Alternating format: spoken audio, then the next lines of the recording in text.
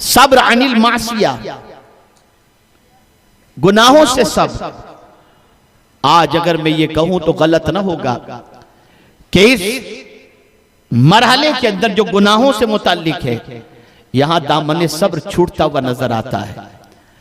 आप जरा सोचें, आज हमारे मुआशरे का नौजवान ड्रग्स की सप्लाई करता हुआ नजर आता है, इजी मनी के लिए न जाने कितने हराम काम को इख्तियार करता हुआ नजर आता है। और इसी के साथ जवानी की दहलीज पर पहुंचने के बाद गुनाह की हर आवाज पर और गुनाह की हर दावत पर लब्बैक कहता हुआ नजर आता है और अपने दामन को गुनाहों से आलूदा कर रहा है।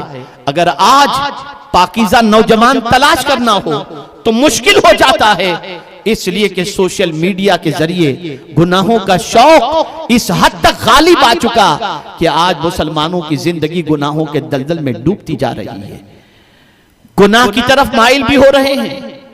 आप जरा सोचो, डॉक्टर अगर कह दे कि ये छोड़ दो वरना तुम मोहलिक मर्ज के अंदर गिरफ्तार हो जाओगे, हम छोड़ देते हैं, लेकिन मेरा मौला फरमाता है वज़रू ज़ाहिरल इस्म व बातिनहु, जाहिरी और पोशीदा गुनाहों को छोड़ दो।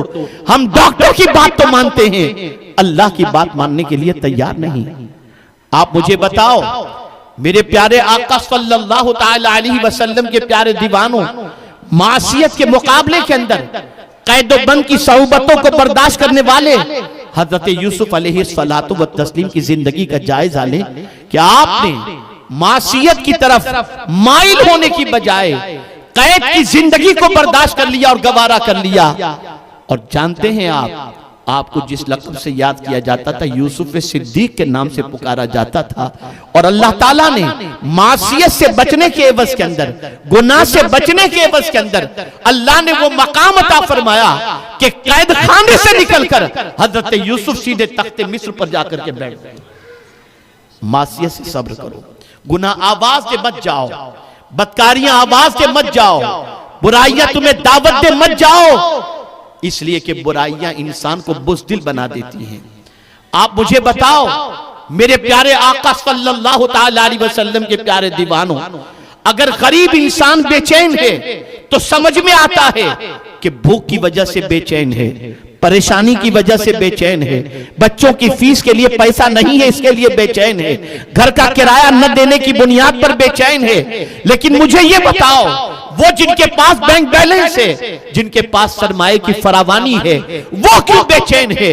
बेचैनी की वजह ज्यादा गुर्बत नहीं है, बेचैनी की वजह मालो जर की कमी नहीं है, किसी हद तक ये फैक्टर जरूर है, लेकिन खास तौर पर बेचैनी की सबसे बड़ी वजह गुनाह है। इसलिए कि जब कोई इंसान गुनाह करता है तो उसके दिल पर सियाह नुक्ता लगा दिया जाता है।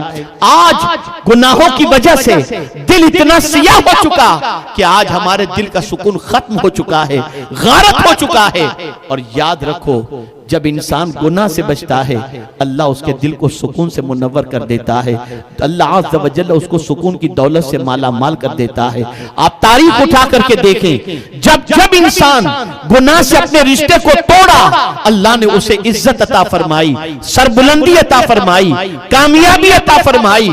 मेरे प्यारे आका सल्लल्लाहु अलैहि वसल्लम के प्यारे दीवानों, इतना बड़ा मजमा है, अगर मैं आज ये कहूं कि आप गुनाहों से सब्र करें तो मैं समझता हूं अल्लाह तौफीक दे तो सब सब्र करेंगे, वरना बहुत सारों के कदम फिसले हुए नजर आएंगे। आप जरा देखें, आज हमारी कौम वो कौन सा गुनाह है जिसके अंदर गिरफ्तार नहीं, वो कौन सी बुराई है जिसके दलदल में डूबी हुई नहीं।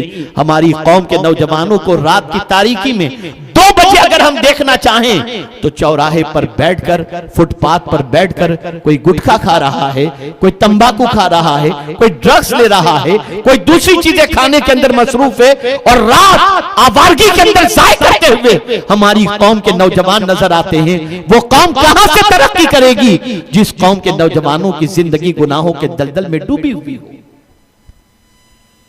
आप जरा सोचो और अंदाजा लगाओ, एहसास गुनाह भी खत्म हो गया।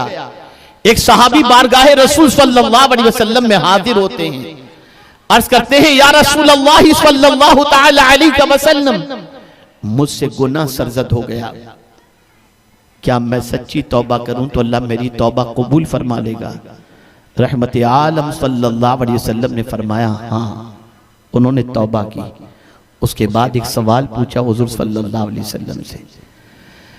अर्ज करते हैं या रसूल अल्लाह सल्लल्लाहु तआला अलैहि वसल्लम, क्या मुझे गुनाह करते मेरे रब ने देख लिया? आकाए करीम सल्लल्लाहु अलैहि वसल्लम ने फरमाया हाँ। उन्होंने एक चीख मारी और उनकी रूह परवास कर गई। सिर्फ एहसास गुनाह और बारगाह रब्बुल इज्जत जल्ल जलालहू की हाजिरी का तसव्वुर उनके कल्ब पर इतना गहरा असर डालता है कि उस तसव्वुर से उनकी रूह कांप जाती है और अल्लाह अज़्ज़ा व जल्ल की बारगाह के अंदर जान का नजराना पेश करते हैं। मैं पूछना चाहता हूँ, है कोई आज मुसलमान जो गुनाह से गुनाह करने के बाद गुनाहों के सिलसिले में ये सोच रहा हो? कुरान ने तो कहा वांतुमुल आलऊन इन कुंतुम मुमिनीन, कामयाब तुम ही रहोगे, सरबुलंद तुम ही रहोगे अगर तुम मोमिन हो जाओ। इतने बड़े मजमे से मैं सवाल करूं कि क्या आप मोमिन हैं? हर कोई ये कहेगा मैं मोमिन हूं। यकीनन मुफ्ती साहब भी इस्तिलाह शरीयत के अंदर जिसको मोमिन कहा जाता है उस मोमिन होने की सनद तो अता फरमा दें।